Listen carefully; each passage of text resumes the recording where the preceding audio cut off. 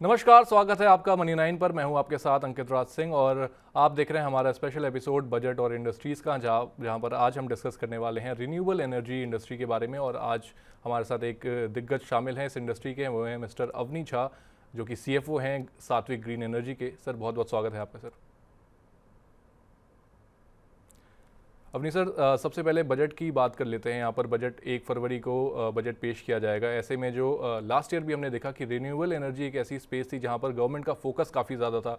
उसके कई सारे फैक्टर्स भी हैं, क्योंकि जो क्लाइमेट चेंज और जो भी जो हम ग्रीन एनर्जी की तरफ बढ़ने का जो हमारा एक सपना है, जो एक गोल जो सरकार लेकर के चल रही है, उसमें भी कहीं ना कहीं ये फोकस सरकार ने पिछले साल भी दिखाया था और इस साल भी ऐसी ही कुछ उम्मीदें की जा रही हैं। सबसे पहला सवाल, आप इस बजट से क्या कुछ उम्मीद कर रहे हैं, और साथ ही रिन्यूएबल एनर्जी के स्पेस में इस समय पर किन चीज़ों की ज़रूरत है जिन पर सरकार को फोकस करना चाहिए? जी धन्यवाद आपका हमें इस चैनल पे बुलाने के लिए और अपना जो हमारा सोच है, जो हमारा व्यक्तिगत विचार है, जो इंडस्ट्री कर रही है उसको शेयर करने के लिए। बिल्कुल। अ, हमें ऐसा लगता है कि भारत सरकार काफी चीजें अपने आप ही कर रही है, बिकॉज उनका अपना ही एक बहुत बड़ा एजेंडा है इस रिन्यूएबल एनर्जी को प्रमोट करने का। और आप गाहे बगाहे आप देखते होंगे कि अ, मोदी जी हिमसेल्फ काफी एक्टिव रहते हैं इसको प्रमोट करने के लिए, और उन्होंने काफी ऐसे प्लेटफॉर्म क्रिएट किए हैं जहाँ पे इंडस्ट्री आके अपनी डिस्कस करती है। जो पिछले साल में बजट डिस्कशंस हुआ था, तो बजट के बारे में चर्चा हुई, उसके जी। उसमें जो रिन्यूएबल एनर्जी को प्रमोट करने के लिए जो स्टेप्स उठाए गए थे वो बजट के अलावा भी काफी थे। बट बजट में फिनांस मिनिस्टर ने कहा कि हम जो कैपिटल जो हम कैपेक्स मशीनरी इंपोर्ट करते हैं उसमें 50 का बेनिफिट देंगे रिन्यूएबल एनर्जी को, खास करके सोलर इंडस्ट्री के लोगों के लिए। सो दिस वाज सो इसमें हमने जो डिस्कस किया बजट के अंदर वो एक था। दूसरा जो काफी चीजें डिस्कशन चल रही हैं कि इसको बैक टू बैक इंटीग्रेशन कैसे करेंगे, काफी फोकस है सेल मैन्युफैक्चरिंग के ऊपर। तो कई सारी ऐसी चीजें मिली हैं जो भारत सरकार ये कह रही है कि अ, जो मॉड्यूल का प्रोडक्शन है हमारे उस पर फोकस करेंगे, और वही मॉड्यूल सरकारी ग्रिड में जा सकेंगे जहाँ पे जो सेल का पार्ट है वो इंडिया में ही बनाया गया। बिल्कुल। इसके लिए उन्होंने काफी एम्बिशियस प्लान करें, और अ, इसी की वजह से शायद बैक टू बैक फेडरेशन के लिए वो PLI भी लेके आए थे पिछले दिनों में, राइट। और जिसके लिए काफी लोगों ने बिड किया। हमने अनफॉर्चुनेट नहीं किया, पर काफी लोगों ने बिड किया उसके लिए, और उस पे वो काम चालू है। तो जो पूरा वैल्यू चेन है जी। सोलर मॉड्यूल मैन्युफैक्चरिंग का और फॉरवर्ड इंटीग्रेशन जो है पावर बनाते हैं, उसमें मॉड्यूल सेल वेपर इग्नट पॉलीसिलिकॉन का वैल्यू चेन एंड तमाम वैल्यू चेन को भारत सरकार धीरे धीरे मेक इन इंडिया के रूप में करना चाह रही है, और राइट। काफी कुछ कर रही है सरकार। तो हमारी अपेक्षा, एक कंपनी की अपेक्षा हमेशा होती है कि और दिया जाए और दिया जाए, पर मुझे ऐसा लगता है कि भारत सरकार पहले से ही बहुत कुछ कर रही है। जी। However, कई चीजें तो अवनी सर, और मतलब ये समझें कि आप पिछले बजट में जो एलोकेशन हुआ, जो कुछ सरकार ने इस सेक्टर के लिए किया, आप उससे खुश हैं? बहुत खुश हैं, जी। क्योंकि सरकार केवल ड्यूटी ही बेनिफिट देने से इंडस्ट्री के लिए अच्छा होगा ऐसा मैं नहीं मानता। हो सकता है कि छोटे लोग मानते हैं, पर मेरा ऐसा मानना है कि आपको अपनी कॉम्पिटेंसी पे ही ग्लोबल ग्लोबल एरेना में आपको कम्पीट करना पड़ेगा। और इसके लिए गवर्नमेंट का सपोर्ट ये होता है कि आप प्रॉपर आइडियल पॉलिसी मेकिंग करें, प्रॉपर फॉलो करते रहें, और काफी चेंज ना होता। और ये तीनों चीजों पे भारत सरकार काफी अच्छा काम कर रही है, और हम इससे काफी काफी खुश हैं कि भारत सरकार इतने क्लैरिटी पे काम कर रही है और अपना इतना सस्टेन्ड पॉलिसी मेकिंग कर रही है, प्रमोट कर रही है। बिल्कुल। मेरा व्यक्तिगत ऐसा मानना है कि जो सेल मैन्युफैक्चरिंग है या वेफर मैन्युफैक्चरिंग जो बैक टू बैक इंटीग्रेशन में है, this is very capital intensive projects and capex. So उसमें हमको अगर प्रायोरिटी लैंडिंग की कोई व्यवस्था हो, कुछ प्रेफरेबल रेट ऑफ इंटरेस्ट हो, at least till the time COD happens, तो वो काफी फायदा करेगा। बिकॉज आप जब बहुत बड़ा जैसे आपका जो मॉड्यूल मैन्युफैक्चरिंग का प्लांट है वो 1 गीगावाट के लिए अगर एक्स लगता है, तो सेल प्रोड्यूस को बनाने के लिए 6x लगता है। It's a quite capital and it is all. इसमें ये भी होता है कि सॉरी मैं बीच में इंग्लिश बोल देता हूँ बिकॉज फ्लो ऐसा है, no no, sorry for that. It's not a but problem उसमें सिद्धार्थ जी। उसमें उसमें क्या है कि आप जब 6 गुना इन्वेस्टमेंट करते हो तो आपका जो कॉस्ट है, कॉस्ट ऑफ कैपेक्स, वो काफी बड़ा हो जाता है। बिल्कुल।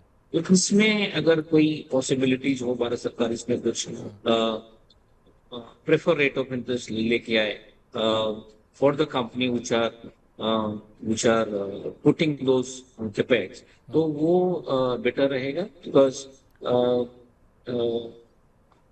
for other players also who are not very actively this बिल्कुल। business। अपनी सर यही समझना चाहेंगे कि लगातार क्योंकि हम सोलर एनर्जी और बाकी जितनी भी हमारी ग्रीन एनर्जीज़ हैं, रिन्यूएबल एनर्जीज़ के जो भी हैं, उसके अंदर हम चाह रहे हैं कि हम उस पर तेज़ी से एक्सपैंड करें। मैन्युफैक्चरिंग ऑफ कोर्स एक बहुत बड़ा यहाँ पर फैक्टर प्ले करता है, लेकिन ये समझना चाहेंगे कि जो छोटे प्लेयर्स हैं या फिर जो छोटे मैन्युफैक्चरर्स इस इंडस्ट्री के अंदर एंटर करना चाहते हैं, उनके लिए क्या सरकार ने आसानी की है? कितना आसान है ये रास्ता यहाँ पर इस इंडस्ट्री में एंटर करने का?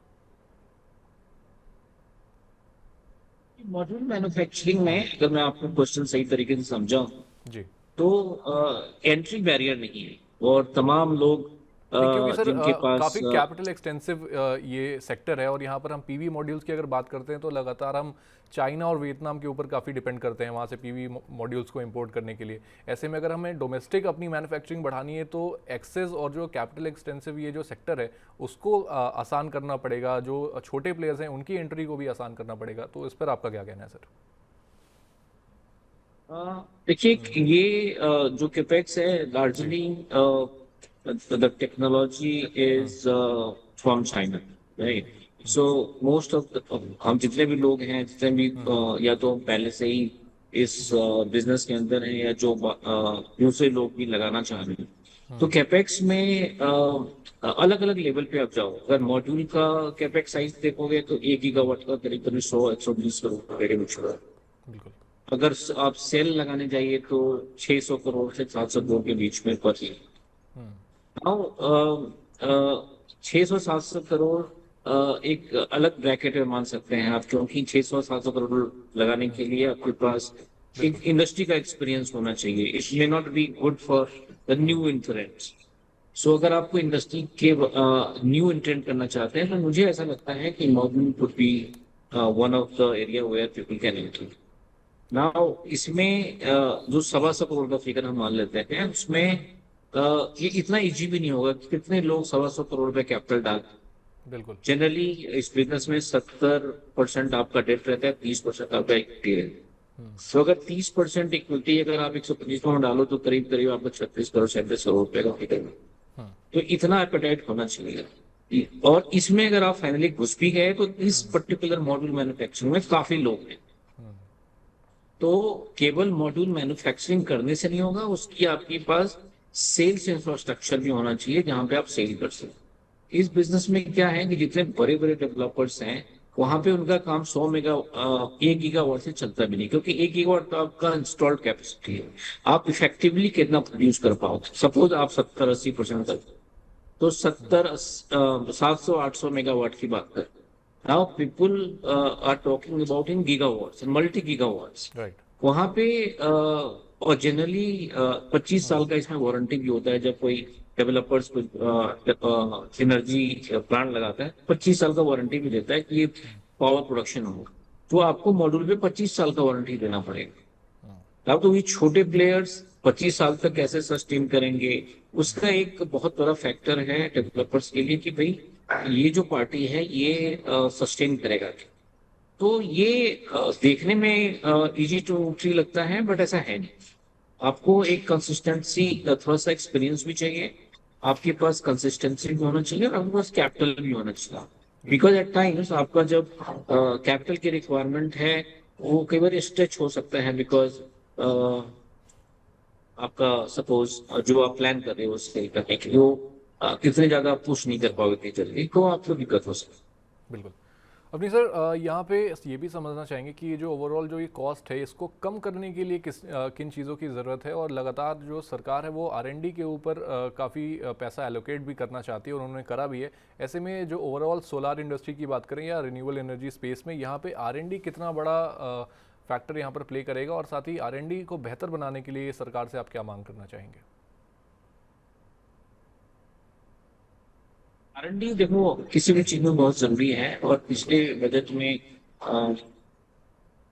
ट्रांसमिनिस्टर ने काफी फंड एलोकेट भी किए थे आरएनडी के लिए। जी। R and D is the only solution, but unfortunately in this business dominance was always with the Chinese firm. Right. Okay.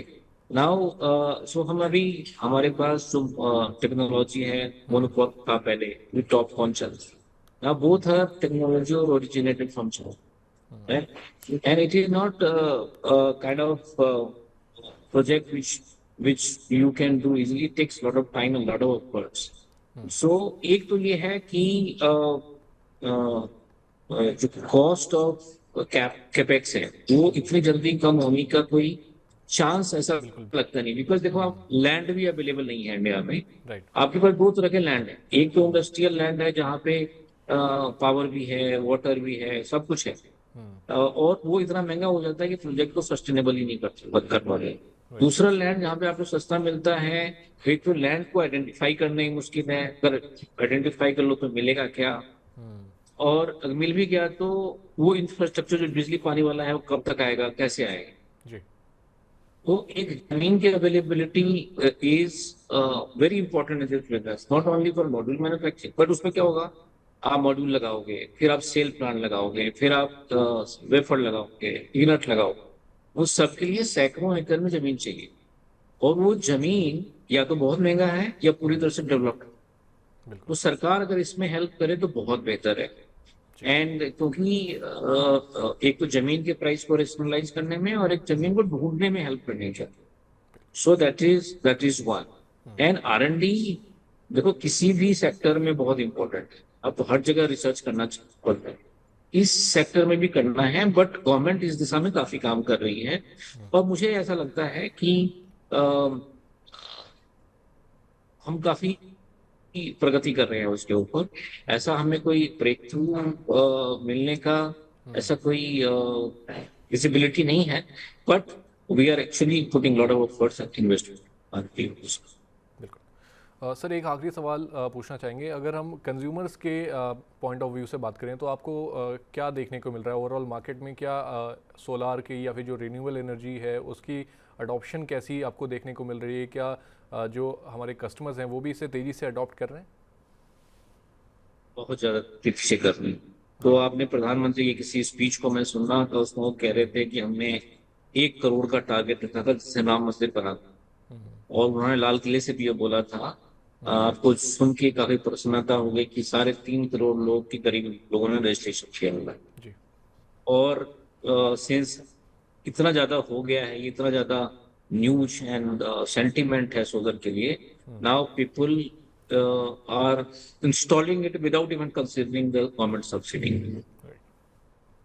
सो काफी काफी पॉजिटिव रिस्पॉन्स है रिटेल कंज्यूमर से। सोसाइटीज में, अब वो सोसाइटी में कॉमन एरिया के लाइट्स होते हैं, और तो जो जो जो सोसाइटीज के बिल्डिंग के टॉप्स होते हैं, मतलब उस पे उन्होंने मॉड्यूल इंस्टॉल किया है, सो दैट कॉमन एरिया का जो लाइट होता है उससे वैसा कम हो जाती है। और या फिर जो category B category C types के शहर हैं उसके अंदर जिनके पास छत है अपना, वो भी लगा रहे हैं, काफी फायदा हो जाता है। अगर 1 मेगावाट आप लगा लो या 200 किलोवाट भी लगा लो तो आपको पूरा घर का बिजली चल जाना है, इंक्लूडिंग एसी।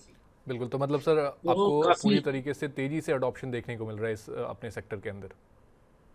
बहुत ज्यादा। और मुझे ऐसा लगता है कि 2030 तक जो टारगेट है सबका कि हर तीसरी गाड़ी ईवी, तो हम इंटरनल टारगेट ये भी लेके चल रहे हैं कि हर तीसरा घर सोलर पावर से लाइट जो करेंगे। बिल्कुल। तो जैसा कि आपने सुना अवनीश सर को कि जो पूरा जो सेक्टर है वो काफ़ी तेज़ी से ग्रो कर रहा है और सरकार का भी इस पर फोकस है और साथ ही जो अडॉप्शन है उसमें भी हमें तेज़ी देखने को मिल रही है। तो आई थिंक कि sir thank you so much हमारे साथ जुड़ने के लिए और अपना जो भी विचार था हमारे व्यूअर्स के साथ शेयर करने के लिए और अपनी जो एक्सपेक्टेशंस है वो भी आपने सामने रखी।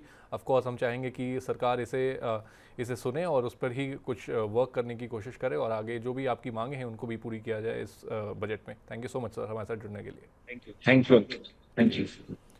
बिल्कुल, तो व्यूअर्स आपने अभी सुना कि रिन्यूएबल एनर्जी स्पेस जो ये इंडस्ट्री है इनकी क्या मांगे हैं सरकार से लेकर के और साथ ही हमने ये भी जाना कि आखिर किन चीज़ों की ज़रूरत है इस समय इंडस्ट्री को सपोर्ट करने के लिए ताकि जो हम लक्ष्य लेकर चल रहे हैं, जो हमने गोल बनाया है उसकी तरफ हम तेज़ी से आगे बढ़ सकें। और तो आज के लिए बस इतना ही इस एपिसोड में। हम आपसे दोबारा मिलेंगे किसी और एपिसोड में, किसी और इंडस्ट्री को लेकर हम चर्चा करेंगे। तब तक के लिए आप बने रहें मनी9 के साथ और thank you so much for watching.